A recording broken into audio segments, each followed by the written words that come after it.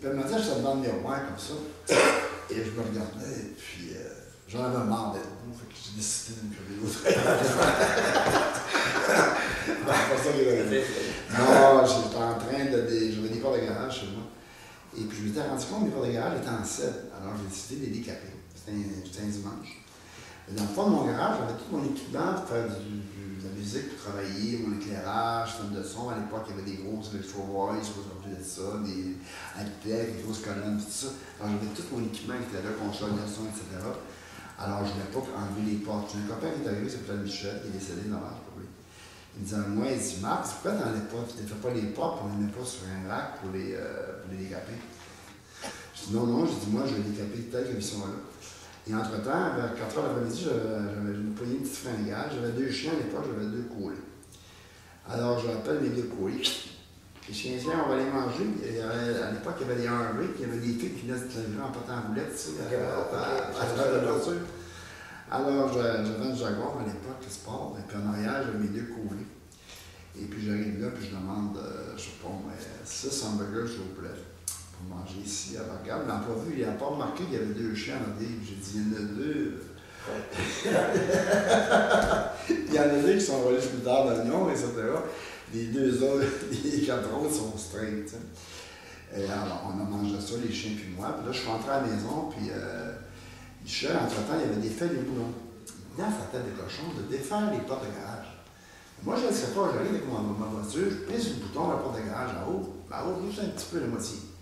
J'en pèse dessus, la porte se referme. J'en pèse dessus, à haute de moitié. J'en pèse dessus, elle se referme. Là, je m'allais voir. Elle est ouverte de ça, je trouve par l'entour. Et là, moi, je m'en vais là. J'essaie de calmer, il n'y a rien à faire. Et là, avec mon pied, je pèse dessus, elle redescend. Là, je regarde, elle est sortie, pas des haches, c'est un rail, ça marche dans un con, c'est ça, parce que comme ça, avec une roue. Je regarde, elle est sortie de ses gonds. Là, avec mon pied, je m'en vais donner un coup de pied dessus pour que ça rentre dans son bras. En frappant à la porte, mon ami, il ressort, c'est tout ça. Il y a 800 livres de pression là-dessus. C'est parti, ça m'est rentré dans l'œil à une vitesse vertigineuse. Je rien fini, pas dire ma phrase, je rien. Et là, apparemment, j'ai tellement un cri tellement fort que ma femme qui est à l'extérieur derrière, qui était dans le jardin derrière, au bout de la piscine. Elle n'a même pas venu voir ce qui se passait dans le garage, elle a tout de suite appelé l'ambulance. Ça, on parle d'une époque, c'était l'époque en 70, où c'était au feu de la loi. Moi, notamment, c'était en 72, là, je suis hot dans cette époque-là. Ah, t'es un grand mot, disons, t'es numéro 1, quoi. Numéro 1, c'est quoi? C'est un mot, hein, numéro 1. C'est numéro 1. Ça, ce qui t'a monté au numéro 1, c'est une chanson qui s'est faite. C'est toujours envie d'aimer. Ah, quelle histoire, cette chanson-là.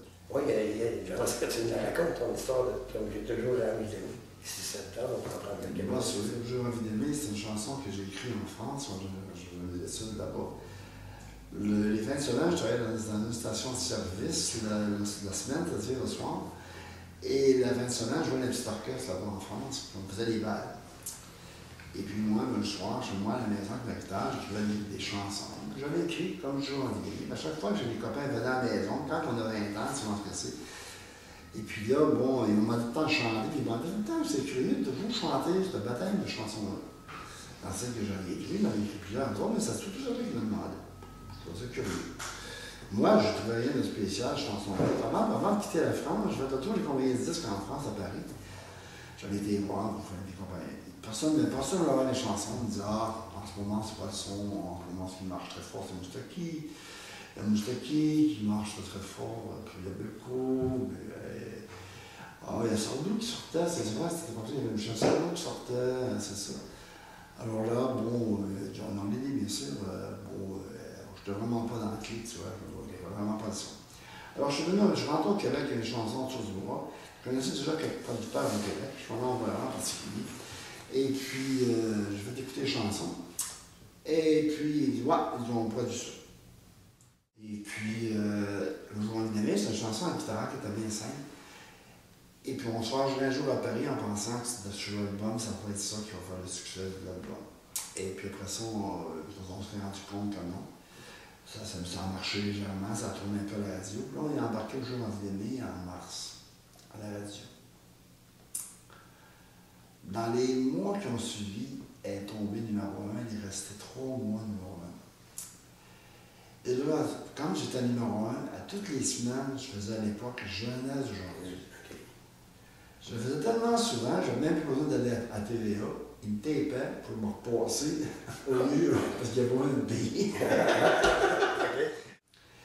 Et entre-temps, la chanson est sortie en France. Puis curieusement, c'était un gars comme Tony Roman, avec Daniel Spentis, qui était à Paris, qui avait emmené cette chanson-là dans leur poche.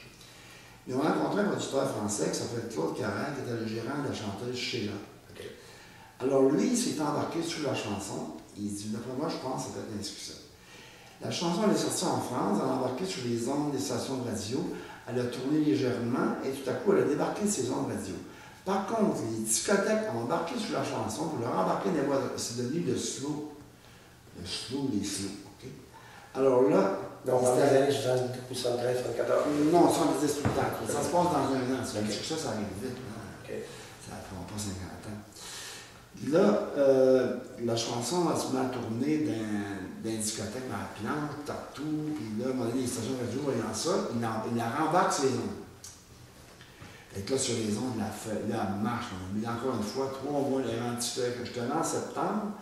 Elle était numéro 1 quand j'étais là en France. Et puis, elle est débarquée elle est tombée en deuxième position. Elle est rendue en novembre, tu vois. Okay. Du mois d'août jusqu'en novembre, août, septembre, octobre, novembre, 3 mois, tu sais, je veux dire, numéro 1, c'est quand même énorme.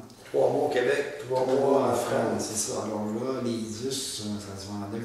Je vendais un disque, je vendais 6 disques à seconde. 6 disques à seconde, c'est beaucoup.